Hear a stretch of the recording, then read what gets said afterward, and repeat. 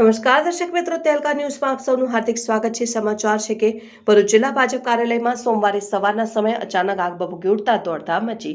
આગની જાણ ભરૂચ પાલિકાના ફાયર બ્રિગેડની ટીમને કરવામાં આવતા તેઓએ દોડી આવી પાણીનો મારો ચલાવી આગ ઉપર કાબુ મેળવ્યો। જો કે કાર્યાલયમાં શોર્ટ સર્કિટના કારણે આગ લાગી હોવાનું પ્રાથમિક અનુમાન લગાવાઈ રહ્યું છે।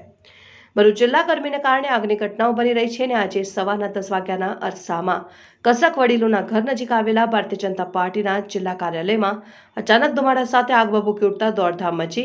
આગ અંગેની જાણ ભરૂચ નગરપાલિકાના ફાયર બ્રિગેડની ટીમને કરવામાં આવતા તેઓએ તાત્કાલિક ફાયરના બંબા સાથે દોડી આવી આગ ઓલવવાની કામગીરી હાથ ધરી।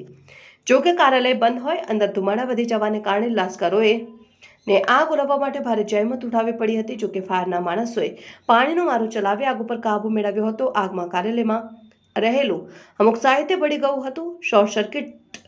આગમાં શોર્ટ સર્કિટને કારણે લાગી હોવાનું પ્રાથમિક અનુમાન લગાવાઈ રહ્યું છે। આગમાં કોઈ જાનહાનિ થવા પામી ન હતી। રિપોર્ટર રવિ સૈયદ, તહેલકા ન્યૂઝ, ભરૂચ।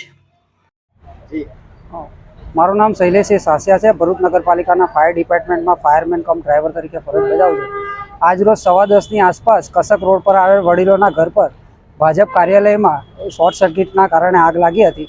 અમે તાત્કાલિક ઘટના સ્થળે પહોંચી આગને સંપૂર્ણ કંટ્રોલ કરી લીધી છે। કંઈ જાનહાનિ થયેલ નથી।